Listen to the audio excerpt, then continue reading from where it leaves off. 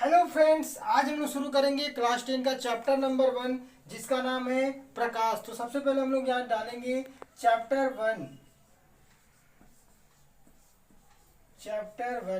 तो डियर हमने यहाँ डाला चैप्टर नंबर 1 और इसमें जो हम लोग चैप्टर पढ़ने वाले हैं उसका नाम है लाइट। तो यहाँ पे मैं लिख दे रहा हूँ चैप्टर 1 लाइट। तो यहाँ इसके जस्ट नीचे लिख देता हूँ लाइट। लाइट को हिंदी में बोला जाता है डियर जिसका नाम है प्रकाश। तो हम लोग आज का जो चैप्टर पढ़ने वाले हैं उसका नाम है प्रकाश। तो आइए सबसे पहले हम लोग जानेंगे प्रकाश क्या होता है। तो डियर आपको पता होगा प्रकाश क्या होती है, एक प्रकार की ऊर्जा होती है। सबसे पहले हम लिखेंगे यहाँ पे प्रकाश एक प्रकार की क्या है, ऊर्जा होती है। प्रकाश एक प्रकार की ऊर्जा होती है,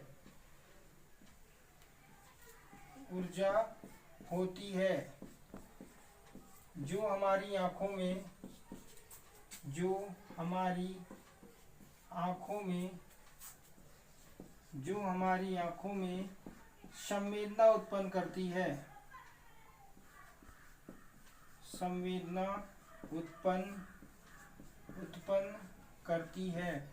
तो डियर आज का जो हमारा ये टॉपिक है प्रकाश, इसमें सबसे पहले आपको क्या लिखना है, इसका डेफिनेशन।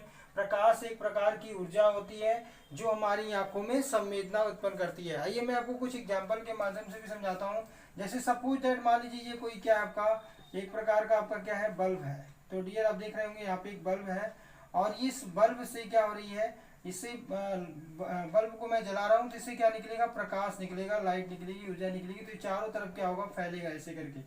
प्रकाश इधर भी निकलेगा, ये चारों डायरेक्शन में बल्ब जलेगा तो चारों तरफ प्रकाश निकलेगी।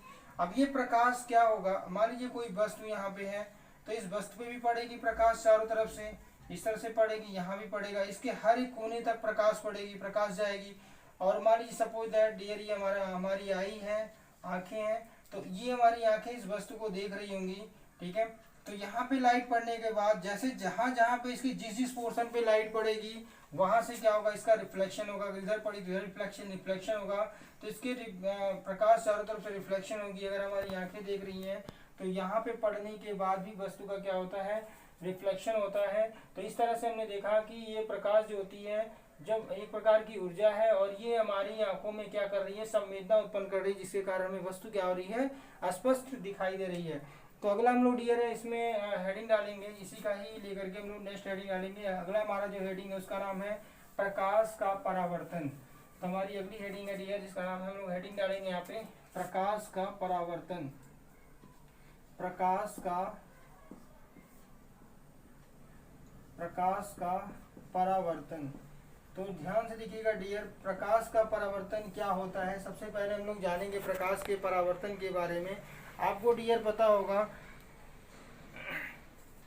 कि जो प्रकाश होती है वो किसी चमकीले सतह पे पड़ती है। तो चमकीले पृष्ठ पे पड़ने के बाद उसका अधिकांश भाग क्या होता है, उसका रिफ्लेक्शन हो जाता है, परावर्तन हो जाता है। इस तरह की क्रिया को हम क्या बोलते हैं, प्रकाश का परावर्तन बोलते हैं। आइए हम लोग देखते हैं डियर और इसके बारे में हम लोग लिखने का भी प्रयास करते हैं।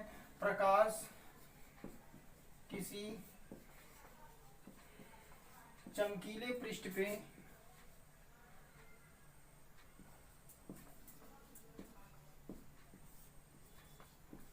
प्रकाश किसी चमकीले पृष्ठ पर पड़ने के बाद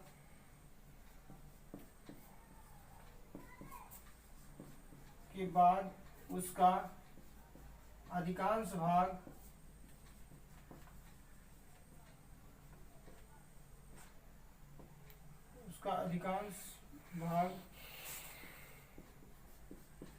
परावर्तित हो जाता है।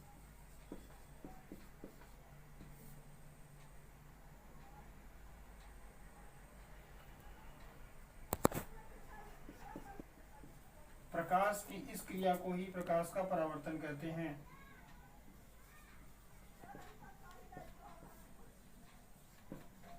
इस क्रिया को प्रकाश का परावर्तन कहते हैं। परावर्तन कहते हैं। अगली हेडिंग हम लोग डालेंगे डियर जिसका नाम है परावर्तन के नियम। यानी प्रकाश के परावर्तन का नियम। अगली हेडिंग होगी जो हमारा डियर होगा प्रकाश के परावर्तन का नियम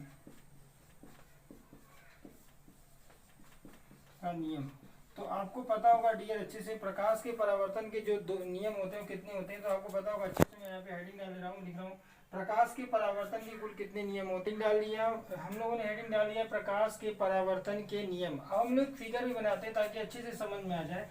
पहले मैंने जब आपको लिखवाया था परावर्तन का नियम, उसमें मैंने लिखवाया था आपको कि प्रकाश किसी चमकीले पृष्ठ, मान लीजिए कोई चमकीला पृष्ठ है या कोई आपका मिरर है, तो आपको इस पे जब प्रकाश, इसको मैंने ऐसे कर दे रहा हूँ, जब प्रकाश की किरण इसे पड़ेगी, ध्यान देखिएगा, जब प्रकाश की किरण इसे पड़ेगी तो उसका अधिकांश भाग क्या होता है, यहाँ से परिवर्तित हो जाता है।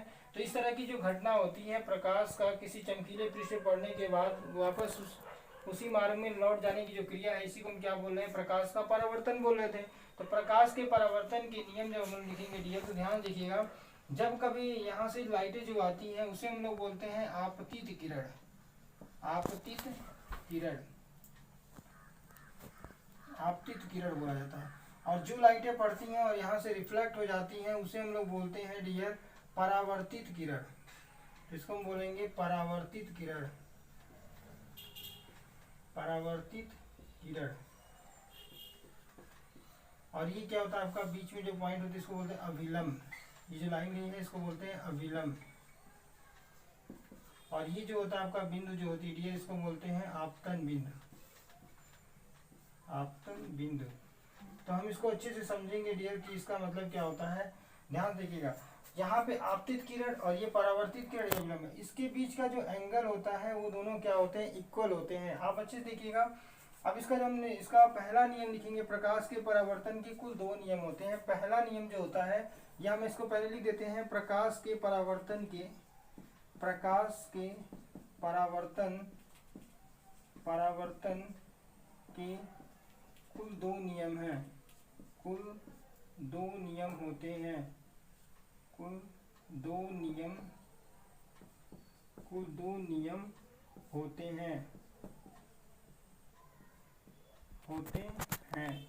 तो डियर हम लिखेंगे पहला जो नियम होता है वो एंगल इनके क्या होते हैं, इक्वल होते हैं, यानी आई जो होगा वो आर के इक्वल होगा। यानी हम लिख सकते हैं आपतन जो कोण होता है, आपतन कोण, और आपतन कोण आपका क्या है, इसमें एंगल आई है, तो हम लिख सकते हैं एंगल आई जो होगा वो क्या होता है आपका आपतन कोण सदैव परावर्तन कोण के बराबर होता है, सदैव परावर्तन कोण के, परावर्तन कोण कौन सा हमारा एंगल आर है, कि आपतन कोण सदैव परावर्तन कोण के बराबर होता है, बराबर होता है। तो आप इसको लिख सकते हैं, नीचे मैं और भी चीज लिख दे रहा हूँ, एंगल आई जो होगा वो इक्वल किसके होगा, एंगल आर के होता है। दूसरा जो नियम होता है डियर, अभी देखिए यहाँ पे आपतित किरण, परावर्तित किरण तथा आपतन बिंदु पर अभिलंब तीनों क्या होते हैं, एक ही तल में होते हैं। तो हम यहाँ लिख सकते हैं आपतित किरण, आपतित किरण कॉमा, अब इसको देखिए आपतित किरण, परावर्तित किरण लिख भी सकते हैं, परावर्तित किरण, परावर्तित किरण, आपतित किरण, परावर्तित किरण तथा आपतन बिंदु पर अभिलंब, आपतन बिंदु पर अभिलंब तीनों एक ही बिंदु पर होते हैं, तीनों एक ही बिंदु पर होते हैं। तो डियर उम्मीद करते हैं आपको अच्छे से समझ में आ गया होगा कि मैंने आज आपको क्या पढ़ाया है, प्रकाश का जो चैप्टर पढ़ाया, प्रकाश क्या होता है। फिर उसके बाद मैंने आपको पढ़ाया प्रकाश के परावर्तन के नियम पढ़ाया हूँ। प्रकाश के परावर्तन के कुल दो नियम होते हैं। पहला नियम जो है आपतन कोण सदैव क्या होता है, परावर्तन कोण के बराबर होता है, यानी एंगल आई जो होगा वो एंगल आर के इक्वल होता है। नेक्स्ट आपका दिया डियर आपतन, आपतित किरण, परावर्तित किरण तथा आपतन बिंदु पर अभिलंब तीनों एक ही तल में होते हैं या तीनों एक ही बिंदु पर होते हैं। तो इस तरह से उम्मीद करते हैं डियर आपको अच्छे से समझ में आ गया होगा। और इस तरह के क्वेश्चंस को पाने के लिए हमारे टेलीग्राम चैनल को ज्वाइन करिए तथा वीडियो को सब्सक्राइब करिए। Thank you for watching.